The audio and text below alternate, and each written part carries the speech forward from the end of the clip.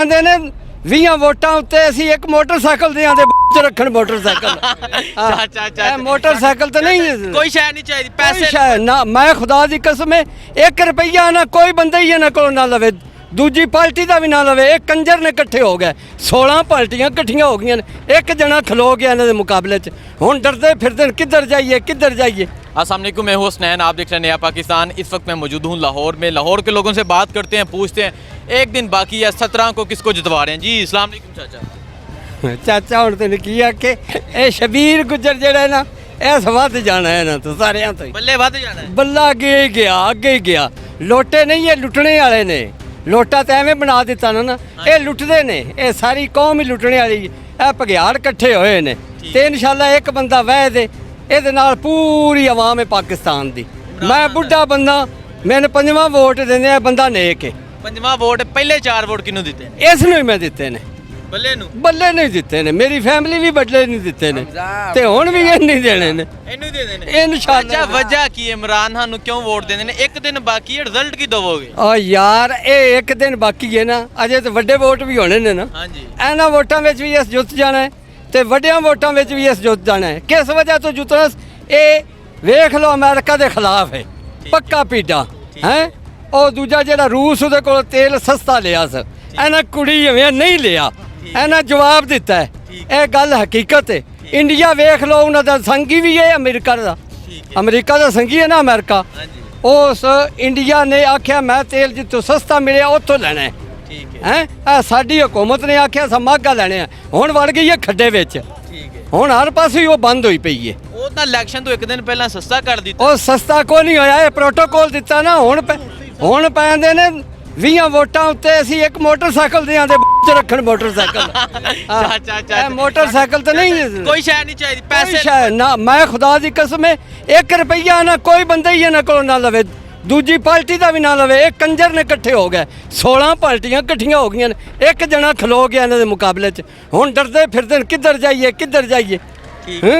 ਹੁਣ ਉਹ ਪਰੇਸ਼ਾਨ ਹੋਏ ਨੇ ਮਗਰ ਬੰਦਿਆਂ ਦੇ ਜਾਂਦੇ ਨੇ ਪੈਸੇ ਦੇਣ ਪਏ ਕਹਿੰਦੇ ਨੇ ਅਸਾਂ ਇਲੈਕਸ਼ਨ ਜਿੱਤ ਜਾਣਾ ਹੁਣ ਇੱਥੇ ਵੇਖ ਨਹੀਂ ਨਾ ਸਵੇਰੇ ਲੈਣਾ ਆ ਕੰਨਾਂ ਉੱਤੇ ਵਾਗਾ ਨਾ ਵੇਖ ਲੈਣਾ ਸਵੇਰੇ ਵੇਖ ਲੈਣਾ ਆ ਦਿਹਾੜੀ ਤੇ ਇੱਕ ਨਹੀਂ ਰਹਿ ਗਈ ਕਿਹਦੇ ਤੇ ਮੋਹਰਾਂ ਲਾ ਰਹੇ ਹੋ ਤੁਹਾਡੇ ਖਾਨਦਾਨ ਵਾਲੇ ਸਾਰੇ ਕੀ ਕਹਿੰਦੇ ਉਹਨਾਂ ਇਹ ਬੱਲੇ ਉੱਤੇ ਹੀ ਮੋਹਰ ਲੱਗਣੀ ਹੈ ਸਾਰਾ ਹਰ ਪਾਸੇ ਬੱਲੇ ਤੇ ਲੱਗਣੀ ਬੱਲੇ ਤੇ ਮੋਹਰ ਲੱਗਣੀ ਹੈ ਇਨਸ਼ਾਅੱਲਾ ਇਮਰਾਨ ਖਾਨ ਦੇ ਨਾਮੇ ਦਾ ਵੋਟ ਹੈ ਹਰ ਪਾਸੇ ਇਮਰਾਨ ਖਾਨ ਦੇ ਨਾਂ ਦਾ ਉਹ ਪਹਿਲਾਂ ਕੋਈ ਨਾ ਇਮਰਾਨ ਖਾਨ ਦੇ ਨਾਲ ਲੱਗਿਆ ਇਹਦੀ ਵਜ੍ਹਾ ਤੋਂ ਹੀ ਜਿੱਤਿਆ ਲਾਹੌਰ ਦੇ 4 ਹਲਕੇ ਨੇ ਇਹ ਕਿਹਾ ਜਾਂਦਾ ਕਿ ਲਾਹੌਰ ਨਵਾਜ਼ ਸ਼ਰੀਫ ਦਾ ਘਰ ਹੈ ਉਹ ਘਰ ਨਹੀਂ ਹੁੰਦਾ ਇੱਕ ਵੇਖੋ ਨਾ ਇੱਕ ਬੰਦਾ ਘਰੇ ਦਾ ਸਰਬਰਾਹ ਗਲਤ ਕਰਦਾ ਹੈ ਨਾ ਉਹਦਾ ਹੱਕ ਹੈ ਉਸੇ ਟਾਈਮ ਸਾਈਡ ਤੇ ਹੋ ਜਾਣਾ ਜਿਹੜਾ ਬੰਦਾ ਮੋਤਬਰ ਉਹਨੂੰ ਖਿਲਾਰ ਦੇਣਾ ਇਹ ਸਾਈਡ ਤੇ ਨਹੀਂ ਹੋਇਆ ਆਪ ਜਾ ਕੇ ਉੱਥੇ ਬਹਿ ਰਿਹਾ ਇਹ ਆਪਣੀ ਦਿਉ ਨੂੰ ਤੇ ਚਾਚੇ ਨੂੰ ਤੇ ਬਾਬੇ ਨੂੰ ਸਾਰਿਆਂ ਨੂੰ ਇਕੱਠਿਆਂ ਕਰਕੇ ਇਹ ਸਾਰੇ ਇਕੱਠੇ ਕਰ ਦੇਣ ਉਹ ਹੀ ਆਂਦਾ ਮੈਂ ਗਲੀਆਂ ਘਸੀਟਾਂ ਦਾ ਬਲਾਵਲ ਦੇ ਪਿਓ ਨੂੰ ਉਸ ਬਲਾਵਲ ਦੇ ਪਿਓ ਨਾਲ ਜੱਫੀਆਂ ਪਾਉਂਦਾ ਫਿਰਦਾ ਹੈ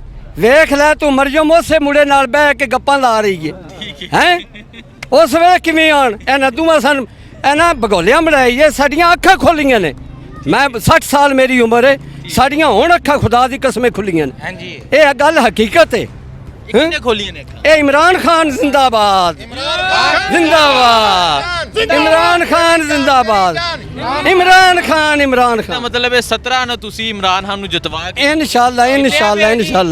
ਇਨਸ਼ਾਅੱਲਾ ਅੱਲਾਹ ਪਾਕ ਜਿਤਾਣਾ ਹੈ ਬੰਦੇ ਦੀ ਹਿੰਮਤ ਹੁੰਦੀ ਹੈ ਮੈਨੂੰ ਇਹ ਦੱਸੋ ਮਸ਼ੀਨਰੀ ਉਹਨਾਂ ਦੀ ਹਕੂਮਤ ਉਹਨਾਂ ਦੀ ਇੰਤਜ਼ਾਮੀਆ ਉਹਨਾਂ ਦੀ ਸਭ ਕੁਝ ਉਹਨਾਂ ਕੋਲ ਹੈ ਫਿਰ ਵੀ ਇਲੈਕਸ਼ਨ ਮਾਰੋਗੇ ਮੁਣ ਵੀ ਮਾਰਾਂਦੇ ਕਿਸ ਵਜ੍ਹਾ ਤੋਂ ਇਹ ਤੇਲ ਚੜੀ ਹੁਣ ਕਿੱਥੋਂ ਤਾਈਂ ਚਾੜ ਕੇ ਲੈ ਜਾਣ ਦੇ ਆਵਾਮ ਜਿਹੜੀ ਹੈ ਨਾ ਇਨਸ਼ਾਅੱਲਾ ਦਿਲੇ ਉੱਤੇ ਪੱਥਰ ਰੱਖ ਕੇ ਇਮਰਾਨ ਖਾਨ ਵੋਟ ਦੇਵੇ ਦੀ ਇਹ ਪੱਕੀ ਗੱਲ ਹੈ ਕੋਲੋਂ ਕਿਰਾਇਆ ਭਰ ਕੇ ਆਏ ਨਾ ਆਪਣੇ ਕੋਲੋਂ ਖਰਚੇ ਕਰ ਰਹੇ ਨੇ ਸਾਰੇ ਉਹ ਗਵਰਨਮੈਂਟ ਦੀਆਂ ਖਰਚਿਆਂ ਤੇ ਗਵਰਨਮੈਂਟ ਦੀਆਂ ਮੁਲਾਜ਼ਮਾਂ ਖਿਲਾਰ ਕੇ ਤੇ ਉਹ ਪ੍ਰੋਟੋਕੋਲ ਲੈਂਦੀ ਹੈ ਪਈ ਇਹ ਜੰਗ ਦਾ ਜਲਸਾ ਵੇਖੀ ਜੰਗ ਵਿੱਚ ਵੇਖ ਉਹ 18ਵੀਂ ਉੱਥੋਂ ਵੇਖ 18000ਵੀਂ ਵਿੱਚ ਵੇਖ ਮੁਲਤਾਨ ਵੇਖ ਅੱਜ ਵੇਖ ਲਈਆ ਵੇਖ ਜਿੱਤ ਬੱਕਰ ਵੇਖ ਗੋਡੇ ਸਾਈਵਾਲ ਪਾਣੀ ਖੜੇ ਜਣੇ ਦੇ ਪੁੱਤਰ ਅੱਪੜ ਗਏ ਹੈ ਇਮਰਾਨ ਖਾਨ ਜ਼ਿੰਦਾਬਾਦ ਮੈਂ ਹੁਣ ਇਤਨੀ ਗੱਲ ਹਾਂਜੀ ਜੀ ਕਿਹਨੂੰ ਵੋਟ ਦੇ ਰਹੇ ਹੋ ਤੁਸੀਂ ਤੇ ਬੱਲੇ ਨੂੰ ਵੋਟ ਦੇ ਰਹੇ ਹੋ ਮੈਨੂੰ ਇਹ ਦੱਸੋ ਕੀ ਰਿਜ਼ਲਟ ਆਏਗਾ 17 ਨੂੰ ਇੱਕ ਦਿਨ ਬਾਕੀ ਹੈ इंशाल्लाह ताला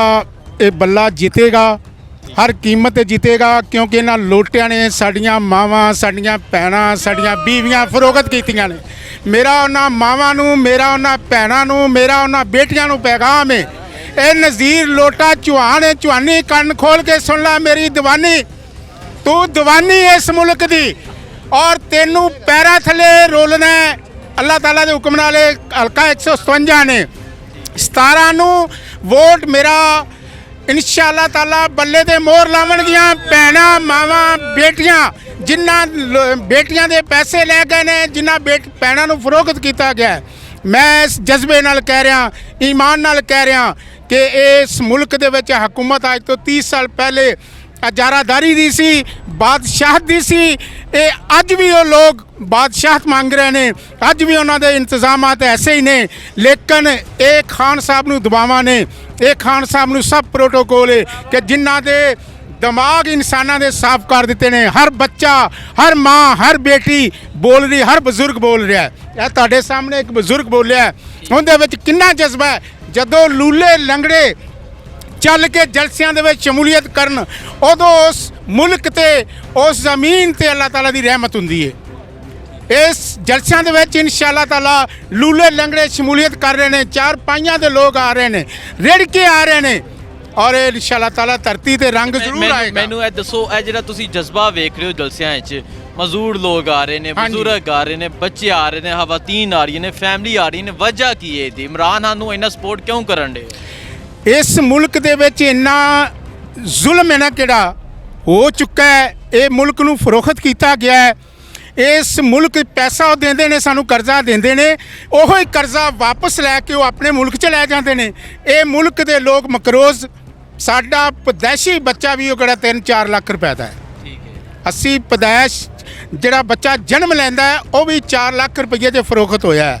ਔਰ ਇਹ ਸਾਡੇ ਕਿਹੜੇ ਵਡੇਰੇ ਨੇ, ਇਹ ਜਿਹੜੇ ਮੁਲਕ ਦੀ ਦੋਵੇਂ ਆ ਕਹਿੰਦੇ ਨੇ ਸਾਡੇ ਬਗੈਰ ਇਹ ਮੁਲਕ ਨਹੀਂ ਚੱਲ ਸਕਦਾ।